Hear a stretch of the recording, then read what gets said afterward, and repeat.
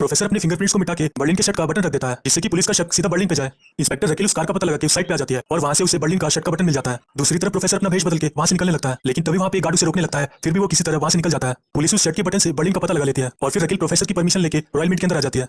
अंदर जाके रियो रकील का तलाशी लेने लगता है और तलाशी लेते वक्त रियो को एक माइक्रोफोन मिलता है जिसपे उसका निकनेम लिखा होता है। रियो को माइक्रोफोन में एक मेमोरी कार्ड मिलता है जिसमें उनके मम्मी पापा का एक मैसेज होता है, जिसमें ये कहा गया होता है अगर रियो पुलिस की मदद करेगा तो वो लोग उसे यहाँ से जाने देंगे और बाकी सबको पकड़ लेंगे। फिर रकील प्रोफेसर की टीम से मिलती है और वहाँ पे वो कहती है कि बर्लिन कोई बीमारी से जूझ रहा है जिसकी वजह से थोड़े दिन में उसकी मौत हो जाएगी। अब हम देखते हैं कि इंस्पेक्टर रूबियो को साल्वा पे शक होने लगता है और वो उसे मिलने के बहाने से उसके घर से एक चम्मच उठा लेता है जिसमें से उसे साल्वा का फिंगरप्रिंट मिल जाता है। उसके बाद रूबियो रकेल से मिलता है और उसे साल्वा के बारे में बताता है और ये कहता है कि उसे साल्वा पे शक है और उसे ये भी लगता है कि साल्वा ही प्रोफेसर है। रकेल ये सब सुन के बहुत ज्यादा गुस्सा हो जाती है और कहती है कि तुम मेरे और साल्वा के रिलेशनशिप से बहुत ज्यादा जल रहे हो और मुझे तो ये लगता है कि तुम ही असली गद्दार हो, सारी इन्फॉर्मेशन को तुम ही उन तक पहुंचा रहे हो। लेकिन रकेल का पुलिस वाला दिमाग उस पर शक पैदा कर देता है और वो साल्विया से मिलकर उसकी दुकान की तलाशी लेने लगती है, लेकिन उसे वहां पे कुछ भी नहीं मिलता है। जिसके बाद रकेल इमोशनल हो जाती है और साल्विया से टीममेट के साथ मिलकर वहां से भागने का प्लान बना रहा होता है। लेकिन फिर रूबियो को पता चलता है कि कार पे मिले फिंगरप्रिंट और साल्वा के चम्मच वाले फिंगरप्रिंट दोनों मैच हो गए थे। इसका मतलब साल्वा ही प्रोफेसर है। ये बात रूबियो रकेल को बताने के लिए फोन लगाता है, लेकिन उसका फोन नहीं लगता है। उसके बाद रूबियो रकेल के घर में एक वॉइस मैसेज छोड़ देता है। तभी अचानक रूबियो का कार एक्सीडेंट हो जाता है और वो कोमा में चला जाता है। ये वॉइस मैसेज रकेल की मम्मी सुनती है, लेकिन उसे भूलने की बीमारी होती है, जिसकी वजह से वो उल्टा साल्विया को फोन करके रकेल के बारे में पूछती है। साल्विया यानी प्रोफेसर को ये बात पता चल जाती है और वो वहां पे आके उस वॉइस मैसेज को डिलीट कर देता है।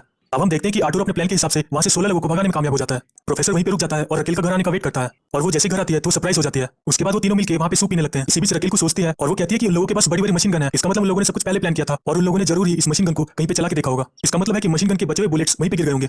और फिर वो अपने रूम में आके अपने टीममेट को फोन करके ये बात बता देती है और वो कहती है कि पूरे शहर में ऐसे घर को ढूंढो जहाँ पे काफी सुनसान हो और वहाँ पे गन चलाने के निशान हो। लेकिन प्रोफेसर उसके रूम के बाहर खड़े होकर ये सारी बातें सुन लेता है। अंदर में प्रोफेसर की टीम उन कैदियों को 1 मिलियन यूरोस देने का लालच करती है और उनको अपने प्लान में शामिल कर लेते हैं। रकेल की टीम को उस जगह के बारे में पता चल जाता है और वो फौरन ही रकेल को इन्फॉर्म कर देते हैं। फिर रकेल और प्रोफेसर कार में बैठ के उस जगह पे जाने लगते हैं, लेकिन उनसे पहले ही फोरेंसिक वाले उस जगह पे पहुंच जाते हैं और अपनी जांच शुरू कर देते हैं। और इस सीजन के लास्ट में देखते हैं कि प्रोफेसर कार में बैठा होता है, लेकिन रकेल लैब कोट पहन के अंदर जांच के लिए चली जाती है और इसी के साथ फर्स्ट सीजन खत्म हो जाता है।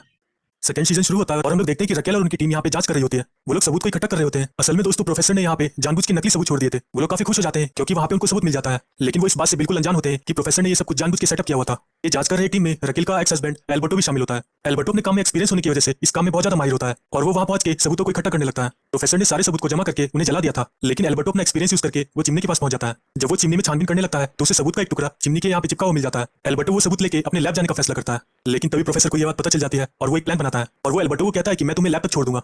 एल्बर्टो और प्रोफेसर गाड़ी में निकल जाते हैं, लेकिन प्रोफेसर गाड़ी को रुकवा देता है और वो एल्बर्टो पे हमला करके उसे बेहोश कर देता है।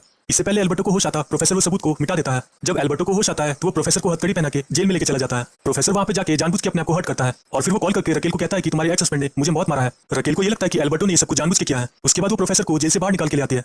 अब हमें रॉयल मिंट के अंदर का सीन दिखाया जाता है क्योंकि बहुत टाइम हो गया था और प्रोफेसर ने उन्हें कांटेक्ट नहीं किया था, तो उन्हें ऐसा लगता है कि प्रोफेसर उन्हें छोड़ के चला गया है। अब वो मनमानी करने लगते हैं और एक दूसरे पे ब्लेम डालने लगते हैं।